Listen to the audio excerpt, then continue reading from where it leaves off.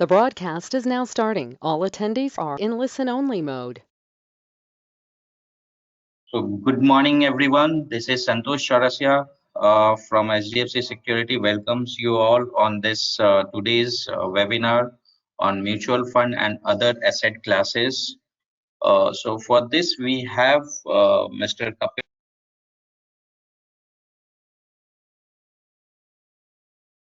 a total experience of 6 years, and out of which 5 years of experience in product and sales training. So, Kapil, over to you. All right. So thank you. So I hope everyone can see my screen here. So a very good morning to all of you. My name is Kapil Page. I am a sales and product trainer at Kotak AMC. So today we'll be going through mutual funds. What is mutual funds? Why do we require mutual funds?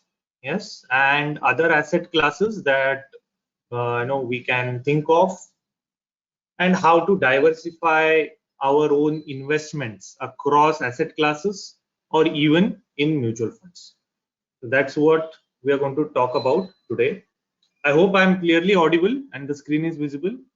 Santosh, can you confirm, please? Yes, yes, yes. All right, great.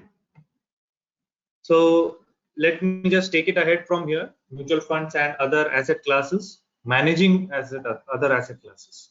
All right. So points of discussion. We're going to talk about several points that you can see in this graphic representation in front of you. So we're going to talk about the different asset classes, how is exposure to these classes, what is net asset value, fund management. So there are several pointers that we are going to discuss. Why mutual funds, right? So this is a very big asset class. Why mutual funds? We are going to discuss that. How does a mutual fund work? Okay. What is net asset value? Assets under management. What is this concept all about? Then how does diversification help? Okay, it is one of the pointers of why mutual funds. Okay, the different modes of investment, or how to do a kind of a payment into a mutual fund, that we're going to discuss. So these are a few of these mode of investments, that is SIP, SWP, STP. What is market capitalization? We need to understand that, so that the different types of mutual funds become clear. What is this concept of exposure? Then the different equity schemes, factors affecting net asset value. So starting with what is net asset value and what are the factors which affect net asset value. And there is something known as fund value. So we are going to talk about that. There is a good concept of rupee cost averaging. So we'll discuss that in the coming slides. How it is helpful, how it acts on, especially it is very much relevant when you are doing an SIP mode of investment. Then the different asset classes and how to allocate our investments across these asset classes. What is the correct allocation? How is it, what all things it is dependent on? So we'll take a look at all of that. Okay. These are a few points of discussion. So starting off with why mutual funds. After that, we're going to talk about net asset value and different types of mutual funds. Okay.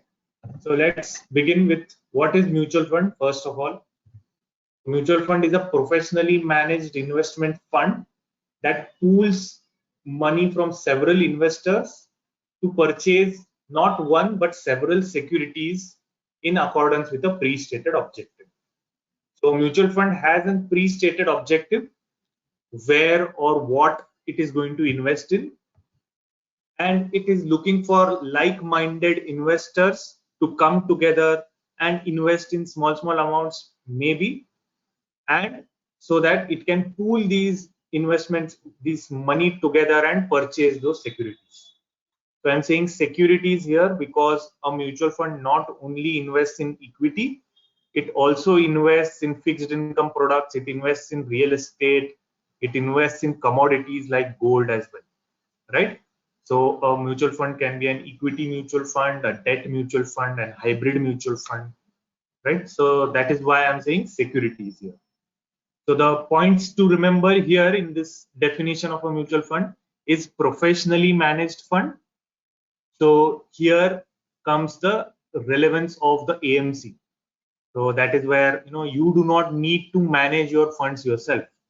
You're giving your funds to an AMC who has that professional management. Okay, and it will pool money from several people to purchase securities, and obviously then whatever the profits or the losses are will be distributed among those all investors. So the working will be something like many people coming together investing in one fund.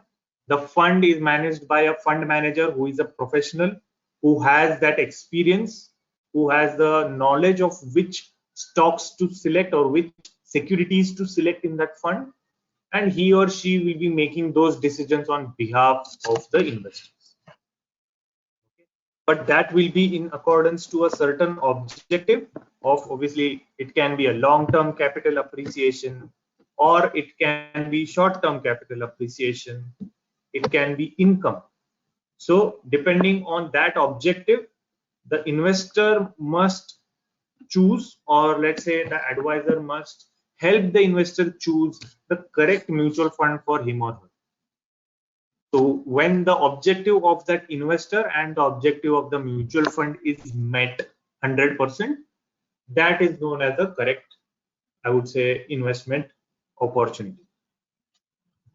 So moving ahead from here, so we have already several asset classes. We have direct equity, we have direct bonds, we have gold, which we can buy, real estate, which we can buy. Why is there a requirement for mutual fund as a concept? Okay, so why mutual funds? First of all, part is knowledge. Everyone does not have the knowledge of where to invest, when to invest. Maybe even if they have the data or the, let's say, the information, but many layman people do not know how to process this information, right? That is why there are these AMCs. That is why there are the fund managers whose work is into this research. Okay, so they have studied, they have the experience of over 15-20 years of doing this very thing. That is gaining knowledge and plus applying this knowledge to ensure returns in the fund, right? So the first pointer, if a person does not know when to invest, where to invest, mutual fund seems like a very good option, where this decision will be made on his or her behalf.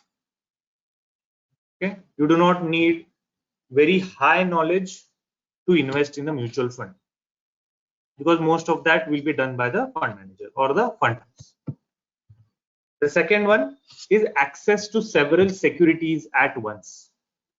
So if, let's say, you have to invest 5,000 rupees. So in 5,000 rupees, you will be able to buy, I mean, if I'm talking about a really big company, let's say TCS, just for the example's sake, one share is somewhere around 3,600 to 3,800 worth. All right. So if you want to buy, you have a limitation of 5,000 rupees, you will be able to buy only one share of TCS. Instead, if you go and invest in a mutual fund, which has, it is an IT mutual fund, okay, what it will do, this 5,000 rupees will be used to buy even Infosys, TCS, Mindtree, KPIT.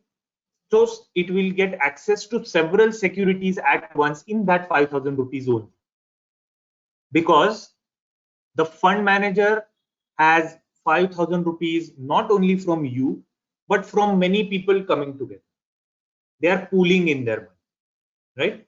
So they will be able to buy in bulk. They will be able to buy many securities at once. And you will be getting access to those several securities. You will not be obviously owner of those shares, but you will be getting access to parts of all those securities that are part of that. Okay. Ticket size. This is just what we talked about in this example as well. So the way you had that limitation of 5,000 rupees, unable to buy more shares or get exposure to other shares in the market. But by investing through a mutual fund, you will be able to get exposure to those securities while maintaining your limitation of limited funds. So for example, again, ticket size, if even if I go into the market and want to invest to buy MRF, right, I have to pay 1 lakh rupees for one share. It is not possible for me. So instead of that, I will invest in a mutual fund which has an exposure into MRF. So I am getting the benefit of investing in MRF, but I do not need to pay 1 lakh rupees for one share. Okay, so I'm just owning a part of that share, a unit of that share. All right, so that's how the benefit of the ticket size limitation also gets eliminated by investing through a mutual fund. There is pooling, like we discussed, and due to that there is economies of scale. So in each individual, if he or she goes to invest in the market, they will have to pay several different charges. There is STT, there is many other charges that come along when you are purchasing shares. Whereas if you are investing through a mutual fund route, there is pooling where the fund manager is going to buy those shares in a huge quantity and has to pay these charges only once rather than many people paying it every time. Okay, so there is pooling of money and it is much more efficient because of economies of scale. It saves a lot on effort and time. So there must be many people here on this session as well whose primary sense of work is not into capital markets, right? You must be having other hobbies, other work, right? So obviously the time that is required to be put into this investment may not be that much as a fund manager will be putting it into, right? So if you do not want to put in the efforts, or if you do not want to put in the time but want to retain the returns that you want, you do want 10% to 11% returns, but you do not have the time to put that effort into the research, effort into buying or selling or monitoring the market. So mutual fund seems like a really good option where all these things are done on the investor's behalf by the fund manager or the fund management team. So the research is taken care of, the buying, selling, the monitoring is done by the team. You do not need to put way lot of time. Okay, just some time monitoring the mutual fund is enough. Okay, you will get access to several securities at once. You do not have the limitation of ticket size because mutual funds start from as low as 500 per month, right?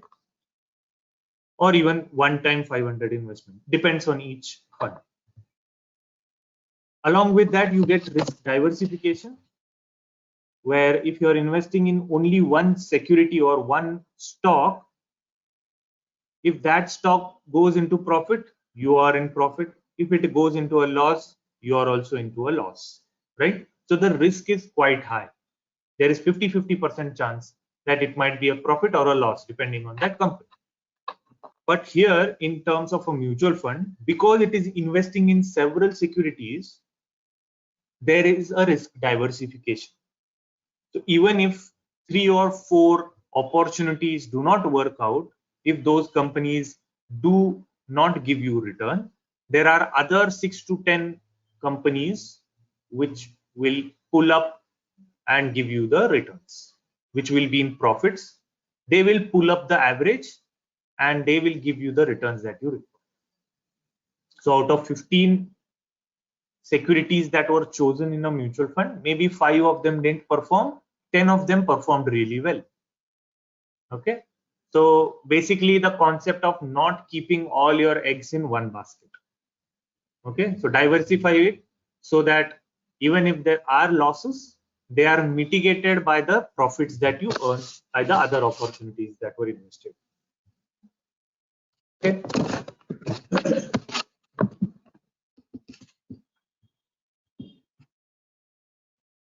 So after understanding why mutual funds, this is how a mutual fund working looks like. Okay. So it is pooling money from multiple investors, investing them amongst different securities. So the investors will give money to the mutual fund company. They will pool their money here. The mutual fund company, by good use of the research, will invest the money in the several securities across asset classes, which will provide diversification and lower risk, also higher liquidity. So once those securities perform, whatever the capital appreciation on those securities is obviously earned by the mutual fund company, and it is distributed back to the investors after the nominal fund management charges, right? So this is how a mutual fund works. So the increase or decrease in the stock prices of those companies. So now we are talking very specifically about an equity mutual fund. So any increase or decrease in whatever the stock price of the companies which were there in this mutual fund or which were selected in this mutual fund is going to increase or decrease. The NAV of this mutual fund will also increase or decrease. So NAV is net asset value. So it is basically the combination or the weighted average cost of all these stock prices of these companies coming together. Okay, so it's the average of all those companies. All right. So if the average goes up, that is a profitable situation for the investor. If the average of all those companies goes down, then it is a loss making proposition for the investor, right? But because this happens, mutual funds negative returns happen in very rare cases because there are so many opportunities present in that mutual fund, right? So like we discussed earlier, out of maybe 100, maybe 20-25 companies may not perform, but the remaining 70 to 75 companies will perform and they will pull up the average of that mutual fund. Okay, so the chances of a loss is very less because of the risk diversification. So how does an NAV work? That's what we are going to just touch upon because we were talking about it. So we'll understand how NAV works with an example. Okay, so we have whenever we talk about a mutual fund, NAV comes a lot into the discussion, right? So let's see what it looks like. So let's say the stock market is consisting of only 3 companies, A, B, and C. Okay, this is an ideal situation or a hypothetical situation. Let's take a case that there are 2 mutual fund schemes. There is mutual fund scheme 1 and MF2, that is mutual fund scheme 2.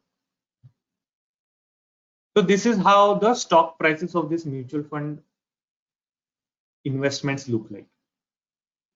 So the 3 stocks, that is A, B, and C, their stock price is 75, 30, and 15 respectively. Okay, and the mutual fund 1 is investing 40% of its total money in stock A, 60% of its total assets in stock B. Okay, so like we see, the stock price is 75 and 30. All right, so if the stock price moves up, that is from 75 goes to 80, that means that the NAV of this mutual fund will move up. Why? Because it is a weighted average capital cost of whatever the constituents of this mutual fund is. So the calculation of NAV looks something like this. So the first mutual fund's NAV is 48. How did we come to that? We'll take a look at the calculation as well. Allocation of, the mutual fund 2's NAV came to 34.5. Okay, so every mutual fund when it is launched starts off with NAV as 10. Depending on the performance of that mutual fund, depending on the performance of how many people are ready to invest in that fund, how did the stocks or how did the securities in which this mutual fund had invested, how did they perform? Depending on that, the NAV might move higher than 10 or lower than 10. Okay, so how did we come to this 48 rupees NAV? So it comes something like this: 40% into 75, that is the stock price, plus 60% into the 30 stock price of stock B. So that is 30 plus 18, that comes to NAV 48. Okay, so the percentage allocation of where or how much has been invested into a certain security will be very much important while calculating the NAV. The price of that individual security, if that moves up or down, will obviously have a change in the mutual fund's NAV as well. The same goes for the second mutual fund, where it has been investing 20% into stock A, 50% into stock B, and 30% into stock C. That's how it has completed 100% of the funds collected in the mutual fund. How does it reach NAV 34.5?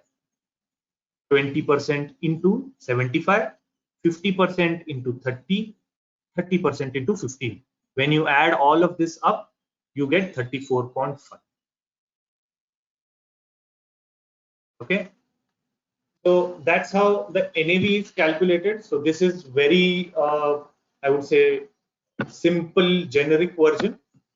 There are around 80, sometimes 75 to 80 stocks in one mutual fund. There might be, if it is a hybrid fund, there might be exposure into equity, debt, and also gold. So all of those prices are averaged out, and this NAV is being calculated by the company itself, and it is being displayed daily on the websites. Okay, so the concept of unitization. So like I said, the NAV of any mutual fund, when it is beginning, or since inception is, on inception date, it is 10 rupees NAV. Okay, so if you have 100 rupees, and if you invest 100 rupees in this 10 rupees NAV mutual fund, you will of mutual fund. Okay, you will not get the shares where the mutual fund is investing into. Rather, you will get the units of mutual fund. So the units of the mutual fund you can visualize like measure of exposure to those shares. Okay, so the investors on a proportionate basis get mutual fund units for the sum contributed to the pool at prevailing NAV. So if 100 rupees is invested into a mutual fund of 10 rupees NAV, you get 10 units. So that 10 units stay with you, and depending on when the NAV goes higher in the future or lower, you will be able to sell those 10 units back to the company or to another buyer at that prevailing price. Okay, so the total number of units into the net asset value of that fund will give you your fund value. All right, so maybe today you bought it at 10 rupees NAV. In 1 year, this mutual fund performed really well. The NAV moved up to 20. So instead of selling it at 10 rupees NAV, now you will be able to sell it at 20 rupees NAV and hereby doubling your profits. So that is the fund value at which you will sell your units. So the different investment styles in mutual fund, we have almost, everyone have heard about these different investment styles. The first one is lump sum investment, where if you have a lump sum amount, you will be able to invest it at one go. This is a really good way to invest if you know how the markets are going to perform in the future.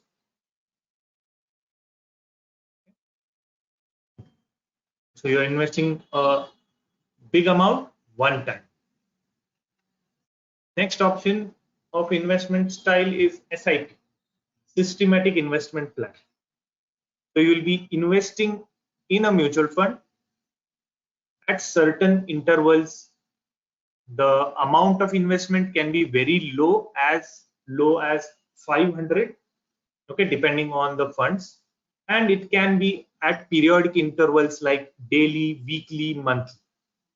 Okay, so it is a disciplined way of investing where at certain periodic intervals a certain amount has been invested regularly throughout a course of time. Systematic investment plan. Then we have systematic withdrawal plan. So if a lump sum mode of investment has been done, okay, and there is a requirement of an income, right? So whatever corpus has been invested into a mutual fund, there can be a systematic withdrawal plan that can be activated, where at certain intervals, or just like an SIP where you are investing in a fund, the fund will generate an income for you. That is what is known as a systematic withdrawal plan. You will be able to withdraw a certain amount out of the corpus which is staying invested in the market, in the mutual fund. Okay, at certain intervals, probably monthly or yearly, there can be this systematic withdrawal plan that can be activated, and it can be a great source of income for people requiring. Then there is another option of STP, that is systematic transfer plan. So systematic transfer plan is when the markets are sometimes volatile and you do not wish to invest a large amount or a lump sum amount at one go. Okay, so in that case, a systematic transfer plan helps you to invest in a, let's say, a debt fund or a liquid fund, okay, which is relatively safe in a volatile market. And through the course of next 1 year, your funds will be systematically transferred to an equity fund. Okay, so the problem of investing in a big amount and seeing a loss in a short term is not there in a systematic transfer plan or a investment style like this.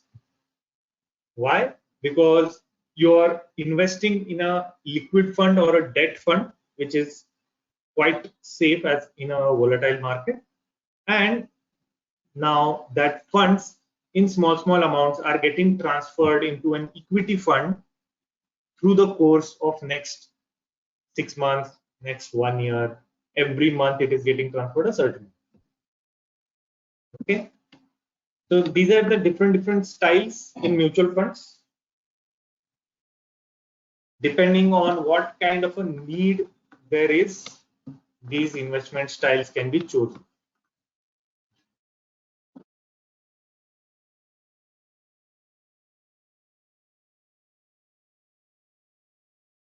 Now, moving on to the rupee cost averaging concept, quickly covering this concept, and after that we'll move on to the different equity categories that we have, okay, and the asset classes. So what is rupee cost averaging? It's one of the big benefits that appear when we invest in a mutual fund through a SIP format or an SIP investing style. So, I think these numbers we can come back later. So I think this will be of a much more better understanding here. So let's say the NAV of a mutual fund is 10 and you wanted to invest 5,000 rupees per month. All right. Once you do that at 10 rupees NAV, you receive 500 units. The next month, the NAV went up. It went up to 1060. So the number of units that you receive is less because the next month also you are investing 5,000 only. So you keep doing this for the next 12 months. Sometimes you buy this fund at 1060. Sometimes you buy it at 960. Sometimes you buy it at 980. 980 as in 9 rupees 80 paise. All right. So the rupee cost averaging concept, it helps with reducing your average cost per unit. Okay. So if you had invested the whole 60,000 rupees once, you would have received at 10 rupees NAV, you would have received 10,000 units. Okay. Sorry, 6,000 units. But because you invested through an SIP format and you bought the mutual fund at several intervals during the year, where sometimes the NAV was lesser than 10, sometimes it was higher than 10. All right. So because of that, the average value of your investment goes down. Okay. The number of units that you purchase goes up. Okay. So instead of 6,000 units, you were able to purchase, let's say, 6,600 units. So you have extra units with you, and the per cost average of your investment also goes down. So in a growing market, you will be at a better place than a lump sum investor. Okay, so the blue graph, the blue bar shows you the units. The orange line shows you the NAV, and this green bar shows the average value of your investment. Because of buying at several intervals, your cost per unit has gone down to somewhere around 9.9 instead of 10 rupees per unit. Okay, that's the benefit. That's the rupee cost averaging concept. So the different types of mutual fund groups, we're going to talk about this. Not all of them. We have 11 equity schemes, we have debt schemes, hybrid schemes, solution oriented schemes, and some other schemes as well. Today we are going to discuss only about equity schemes. Okay, that too quickly, the understanding about what these different schemes are all about. For that, we need to understand what is market capitalization. Okay, so we have large cap, we have mid cap, we have small cap. So what is this exactly? Right. So large cap, that is large capitalization companies, are those companies that are first 200 company in terms of market capitalization. Okay, so market capitalization is basically what is the total amount that this company is able to raise through the market, through the investors. Okay, so the highest market capitalization company in the in India will be a large cap company, because it is a very big company. The brand name is very good. If it launches its shares in the market, there will be many people who want to buy it. Okay, and they have bought it. That's why it has a large amount of capital available with it. Most of the people have invested in this large cap companies. Okay, so first to 100th company in terms of market capitalization are known as large cap companies, right? So they are these big names, and most of the people will be going for these companies. They will be in very much demand, and that's why their ability to raise capital will be very high. All right. The 101 to 250 in terms of market capitalization are known as mid cap companies. So these companies are still growing companies with a high potential to grow, but they are still not that well known. Maybe, but people are not ready to invest in them as compared to large cap companies. Okay. So a large cap company has a lot of capital available with them by raising through equity market. Mid cap, a little less, 101 to 250 ranking in terms of market cap. Those are known as mid cap. Then we have small cap companies. They are 251 and onwards in terms of ranking market capitalization. Okay, so these may be known, they may be unknown companies, right? So they are unable to raise that kind of a capital as compared to mid cap or large cap because they are unknown. Most people are unable to, or maybe not willing to invest in these companies. Okay, so they have a little lesser capital available with them. So 251 and onwards, they are small cap. So large cap is first 200, mid cap is 101 to 250, small cap is 251 and onwards.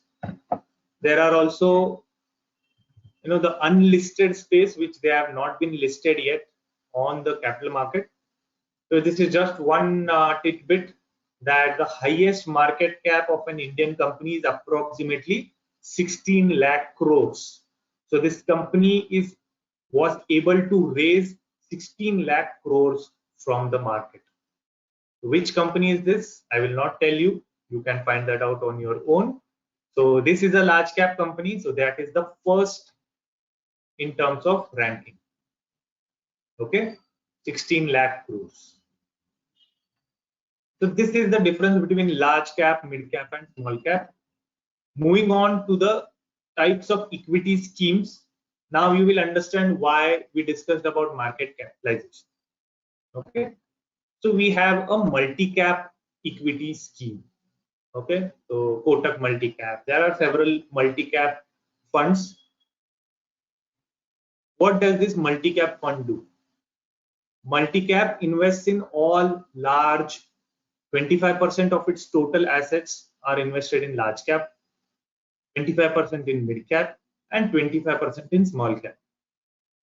And this is maintained at all times. So if you want diversification, if you want to invest in all three capitalizations at once, then multi-cap will be a great option for you.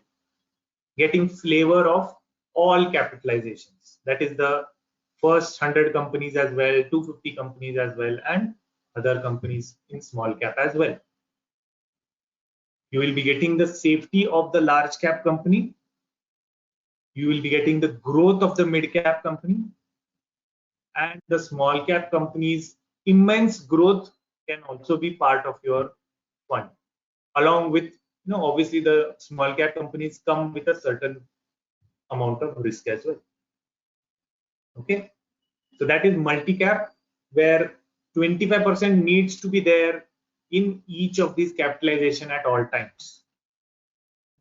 Then we have the flexi cap fund, where this percentage can be dynamic. It can change depending on what kind of a market is going on. That is, if the fund manager feels that large caps are going to perform, then he will invest 100% of the assets into large cap. If he feels or she feels that the small cap are going to give a great return in this coming few months, then the flexi caps assets are invested into a small cap stock. Okay, so it is dynamic. That's why it is known as flexi cap. It is flexible in its investments. Then we have the large cap fund, very safe because it is investing 80% of its total assets into large cap companies. So these are predominantly these big names that you see in the stock market. Top 100 companies. All right, they are safe. They will provide a decent return of somewhere around 8 to 10%. The safety and the big names are the bonus that come with it. Then there is large and mid cap fund, which has 35% of total assets investing into large cap, 35% investing into mid cap. So here you get the safety of the large cap companies and also the growth of the mid cap companies as well. And a slightly higher return possibility than the large cap. Okay. Then we have the mid cap fund, which is predominantly investing into only mid cap stocks, growth stocks, slightly riskier than a large cap fund, but slightly higher chance of generating better returns. Then there is a small cap fund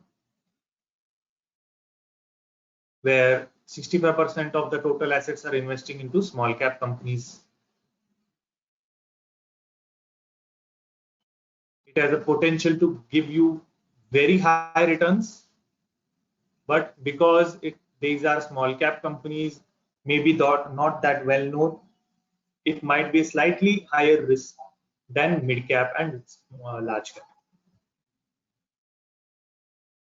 Then we have dividend yield funds. This fund invests predominantly in only dividend yielding stocks. So if you are looking for a fund which has a high dividend yield, or you require that kind of a dividends, you want high income, then a dividend yield fund is a good option. It will invest in dividend yielding stocks. The higher the better. Then we have value fund.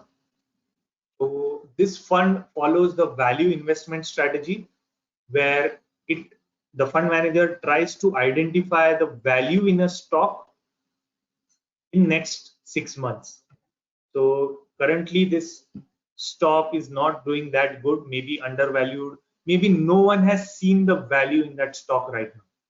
But in the next 6 months, there is going to be a value unlocking. Stock will perform after 6 months. Okay, so such opportunities are invested in a value fund. Very risky, but if it goes well, it can be a really great opportunity to make very high returns. Then there is a contra fund. It is following a contrarian investment strategy, right? So in this strategy, it basically is not following herd behavior. If everyone is investing, the fund manager will be booking profits. Okay, basically going against the market. If nobody is investing, if everyone is fearful of investing in the market, then the fund manager will buy the opportunities at that time when the market is at the low. Okay, so it is basically a contradiction to how the markets are going. So that is where there can be a huge potential to make profits, but also can go wrong sometimes.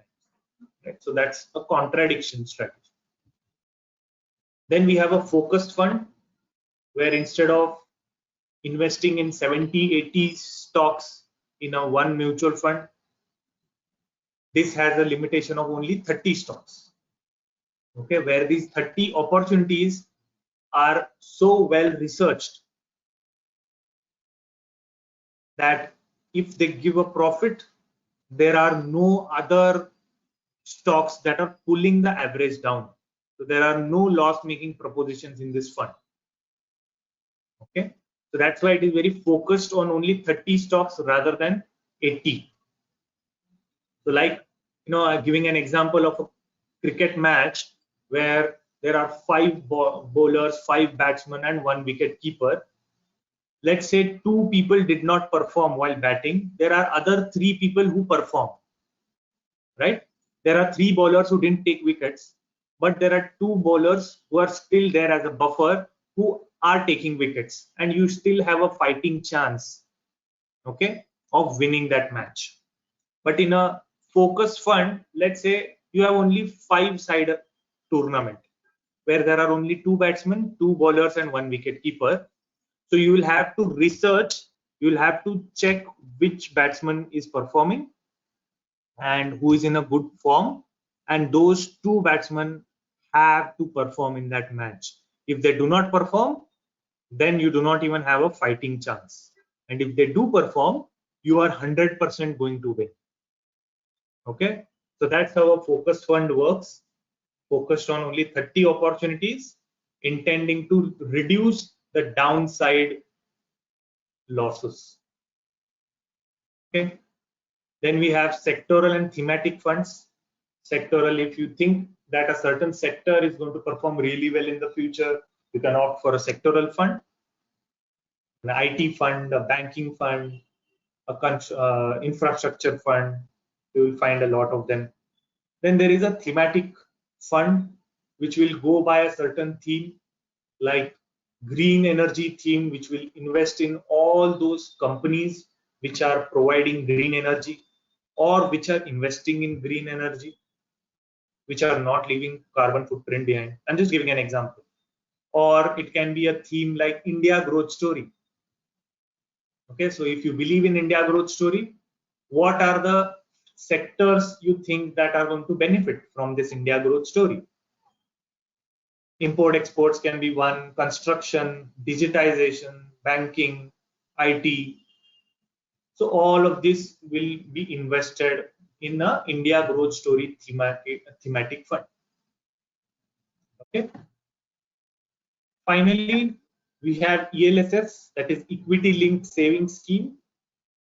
This is one mutual fund which I'm sure all of you must have heard of, because it gives an tax benefit. Okay, so 80% of the investments in ELSS are invested into equity. So you get a great return.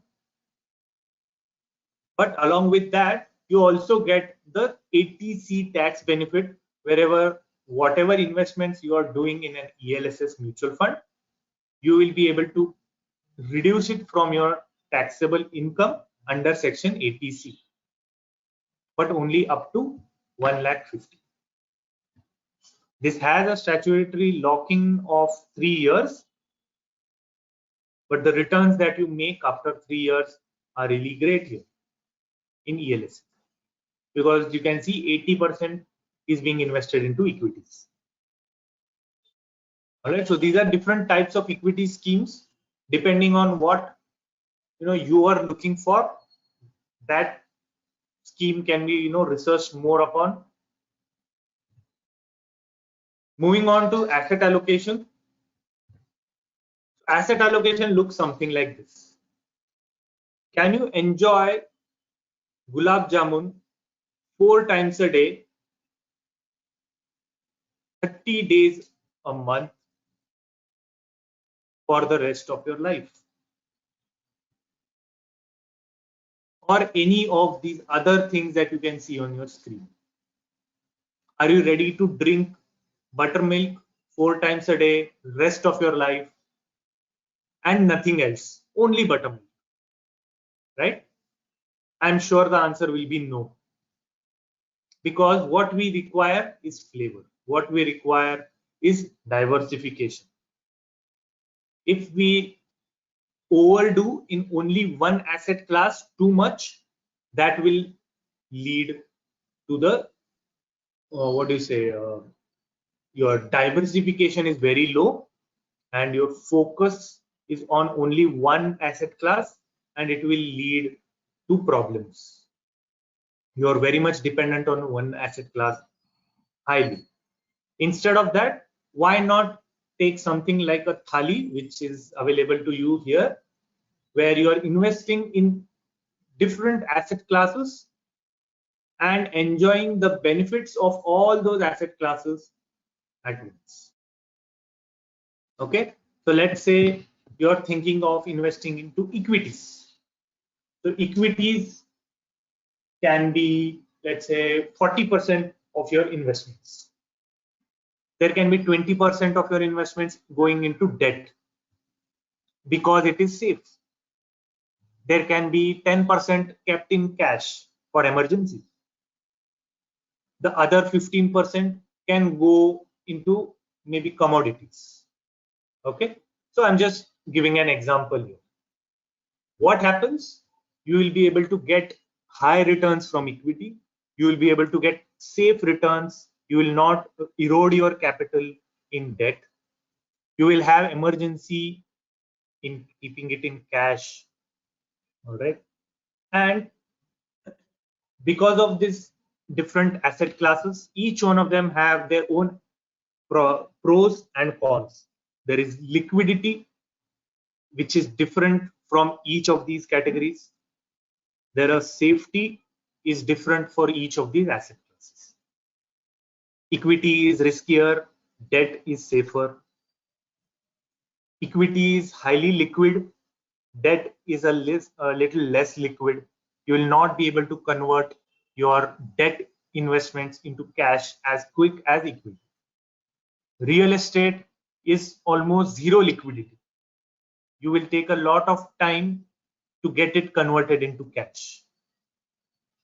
Whereas commodity or equity has very high liquidity. You will be easily be able to sell it off and get it converted into cash. Okay, so the whole point of asset allocation is to provide you the diversification and ensure that you are not dependent on only one asset category for the rest of your life. So we have several asset classes for diversification. We have equity, derivatives, debt, that is fixed income.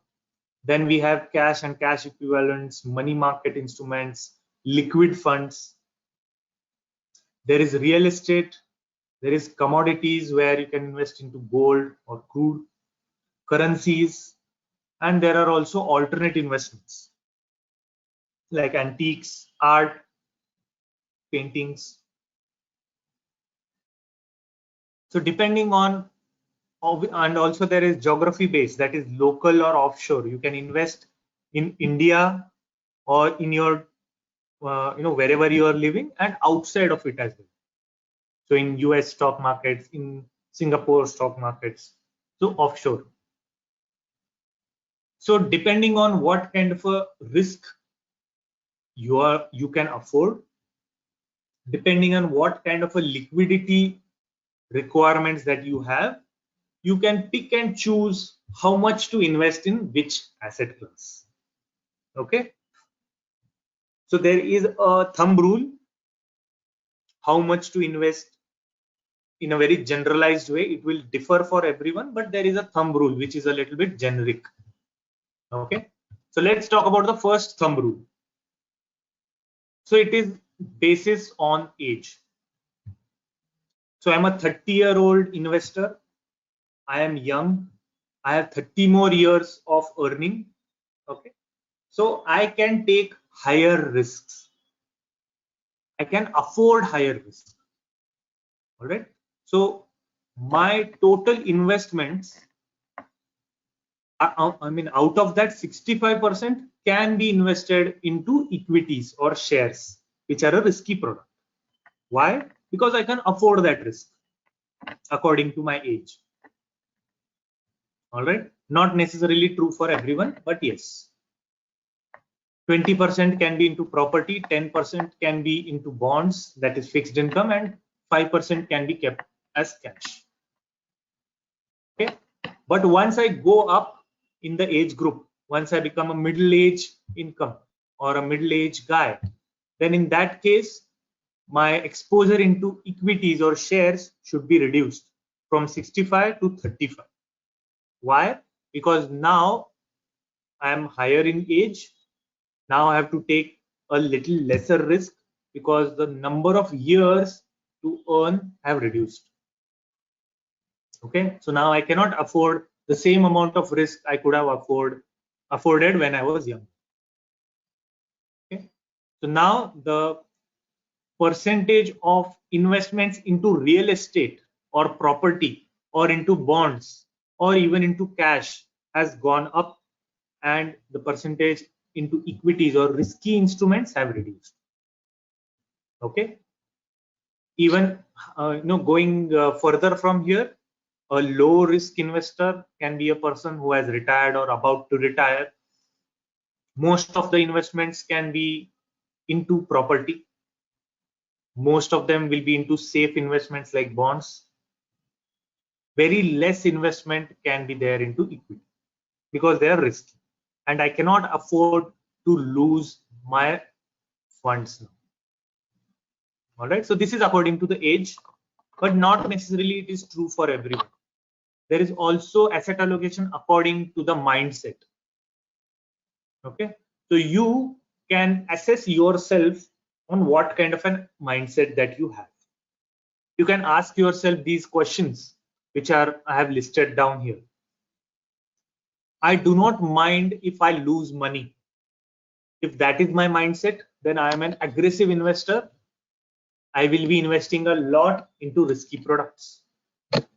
So I may be 60-year-old, but my investment mindset can be an aggressive investor. Okay, if I can tolerate a small loss, only a small loss, not big losses, then I'm a moderately aggressive investor. If I'm saying that I cannot tolerate any loss, I want to see at least a little bit of return. It might be 4%, it might be 3%. Then I'm a conservative investor. I can be even 25-year-old conservative investor. I may not invest my money into shares because I want to see at least a little return. I do not want to lose my capital. So I will invest it in FDs, right? So that's known as a conservative mindset. A moderate mindset says that I can tolerate a small loss. So I will invest a little bit into equities, a little bit into debt. So that's how it goes.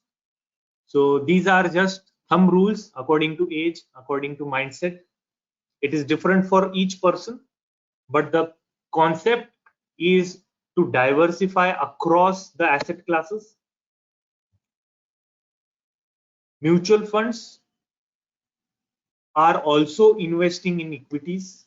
They are also investing in real estate. We have REITs, real estate mutual funds as well. Mutual funds are also investing in fixed income instruments, those we call debt funds. All right. So there also you can get your asset classification. You can also get different assets allocated to you when you're investing in a mutual fund. All you have to do is make a right choice. Okay, depending on your needs, depending on your risk ability and requirements, you can choose whichever asset class to invest into. You can choose whichever mutual fund which is close by to that asset.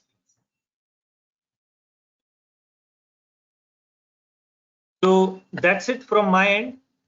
I thank you very much for listening to me so patiently for the last 1 hour. Do let me know if you have any queries. The session can be now opened up for any questions. Thank you, Kapil. Thank you so much for this valuable presentations. Basically, you have covered various things like large and mid cap and small cap companies, categories of mutual fund and everything. I hope this will help our customer to just decide where to invest, how much to invest, for what time to invest. So it was a composition of everything. So it will definitely help our customers. So dear customers, we are open for question and answers round. So you can type your question in question box and we will be happy to answer you.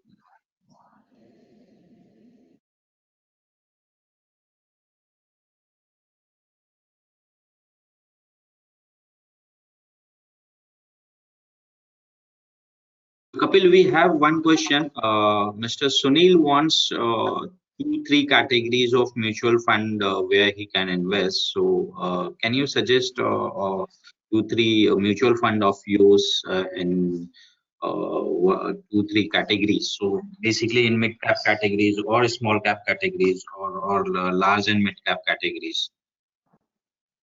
So let me say it this way that Mr. Sunil, we need to get more details first.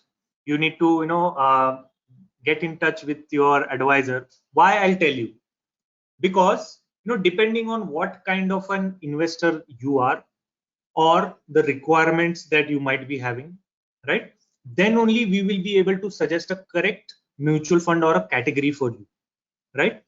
Because let's say in the next 1 year or let's say 8 months, if you require your money back, all right, it is not a correct match if we give you a large cap fund which appreciates highly over the long term.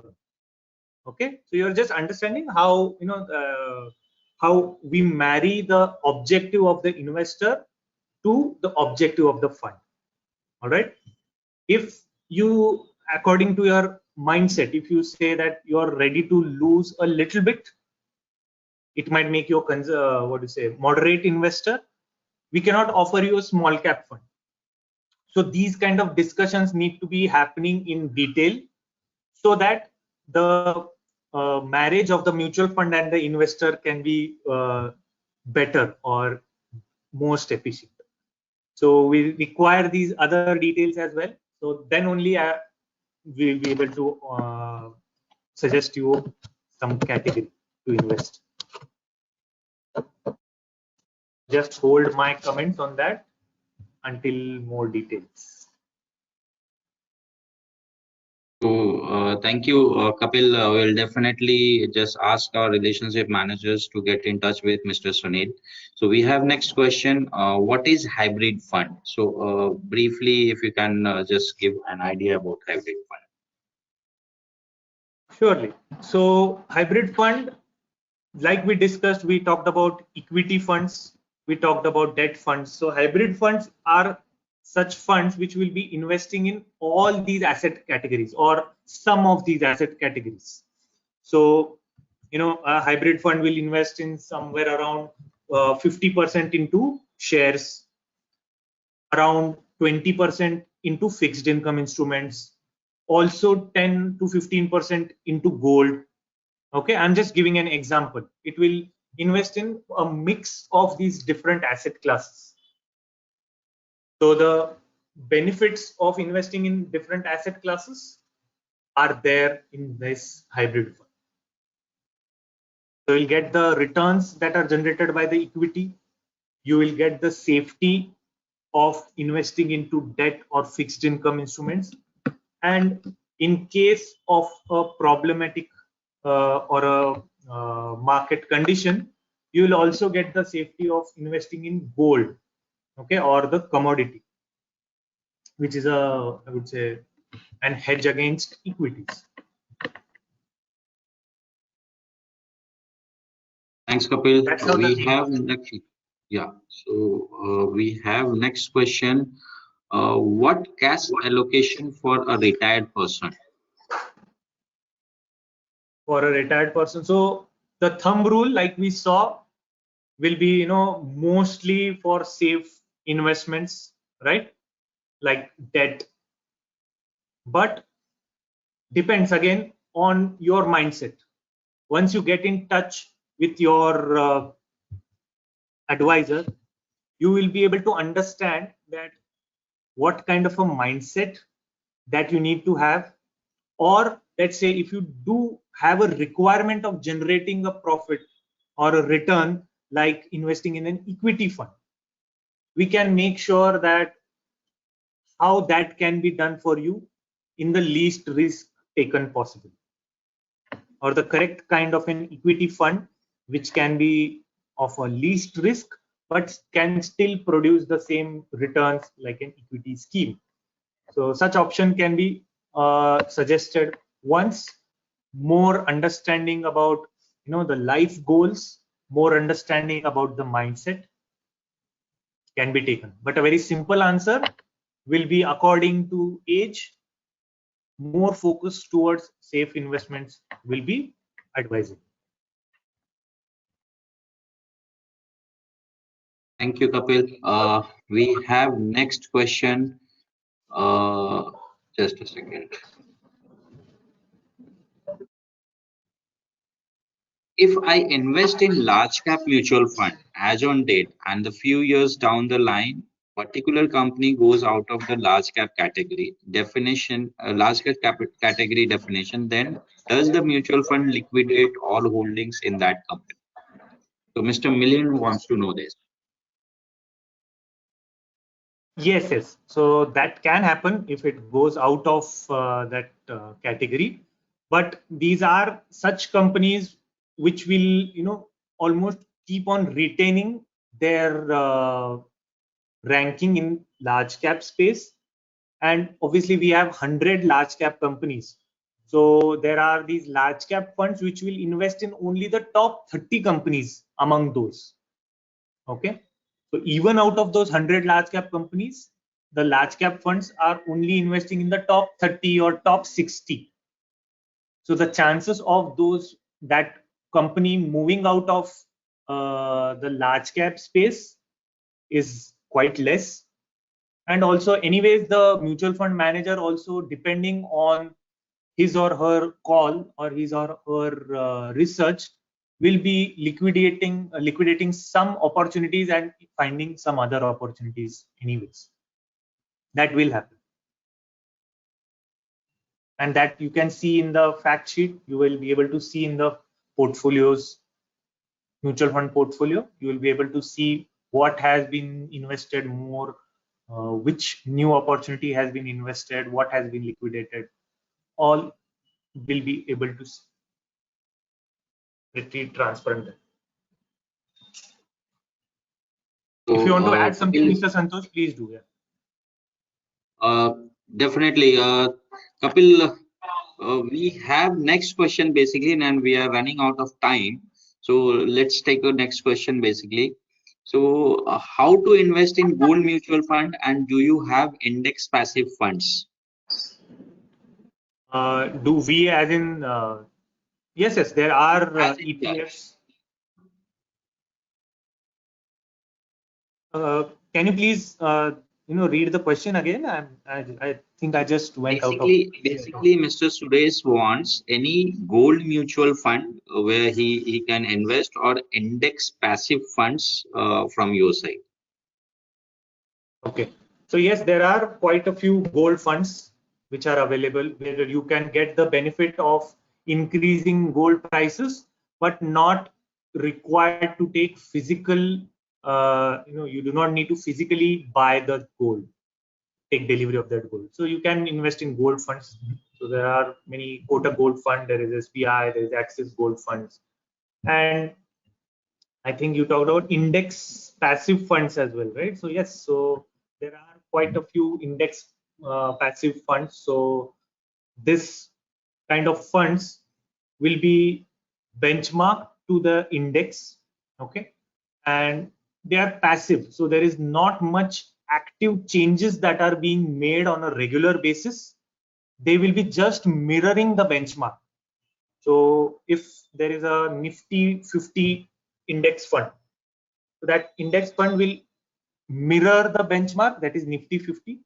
If Nifty 50 gives 15% returns, this index fund will also give 14 to 15% return. It will not outperform that benchmark. It will not outperform its benchmark. Okay, so and it is a passive fund. The mutual fund manager or no one will not do much active changes inside that fund. It will only mirror how the benchmark is performing or the constituent of the benchmark. So there are quite a few passive funds like this, index funds. If you want an example, I can just we can share that with you. Was that the question? Yes, we can share a few of the I mean uh, fund's name basically. Yeah, so there is ICICI Prudential, there is SBI Nifty Index Fund, Nippon India Index Fund. So these are, I mean, just examples, these are benchmarked with Sensex. Some of them benchmarked with, like the name says, ICICI Prudential Nifty Index Fund. So it is benchmarked with Nifty. It will not perform better than that benchmark. It will only mirror the performance of that benchmark. Okay. So if Santosh, Yeah. you can So also yeah. offer any examples that you have on top of your mind. So in gold funds, basically there are other options like SGB. Time to time, the series of SGB comes. So customer can think of that also. So few days back we have a series 1 SGB for this financial year. So that is also a good option for investors who are looking out for gold investment. So now we have next question. Mr. Ravindra, I think he just wanted how many funds are ideal for investment and one should have in each category. So there are many categories, but then approximate how many funds should one can keep, Kapilji, if you can just. I mean, there is no such hard and fast thing that how many different funds a person can keep. It is dependent on that individual. If he or she feels that there should be, obviously, after talking with the advisor, if he or she feels that there is a requirement of investing into large cap because we require the safety of large cap, but also the decent returns. So in that case, an equity large cap fund can be invested into. If you want diversification, invest into multi cap. If you want that dynamic changes according to the market, invest in a flexi cap. So there is no hard and fast rule like that. It depends on individual basis, depends on the convenience part as well. Maybe a lot of funds can make it a little less convenient to track all of them, but there's no hard and fast rule like that. You can invest in Thanks, as many Kapil. funds as you. Yeah, so we have one more question that is NAV of mutual fund is cyclical, right? Like Sensex. So NAV of a fund will be dependent on how its constituents are performing. Okay, so if an mutual fund has invested into IT and how those IT stocks are performing, depending on that, the NAV will change. So there is a connection, but always, I mean, not always. It will not be the case always. The NAV might change, but no, I mean, not every cycle will not have an effect on the NAV. But obviously, there will be some changes depending on how the composition of that fund is performed. Not cyclical. Yeah, so thank you, Kapil. So I think we have no more questions. So thanks for your valuable time, and let me thank all my audience, my customers who have joined this call. They have given their valuable time to just listen us from last 1 hour. So definitely we will be in touch with them through relationship managers or on calls basically. and we can again connect on next webinar. We are doing this on every Monday and Tuesday. So thank you all for joining this. Thanks, Kapil. Thank you so much. Thank you, everyone.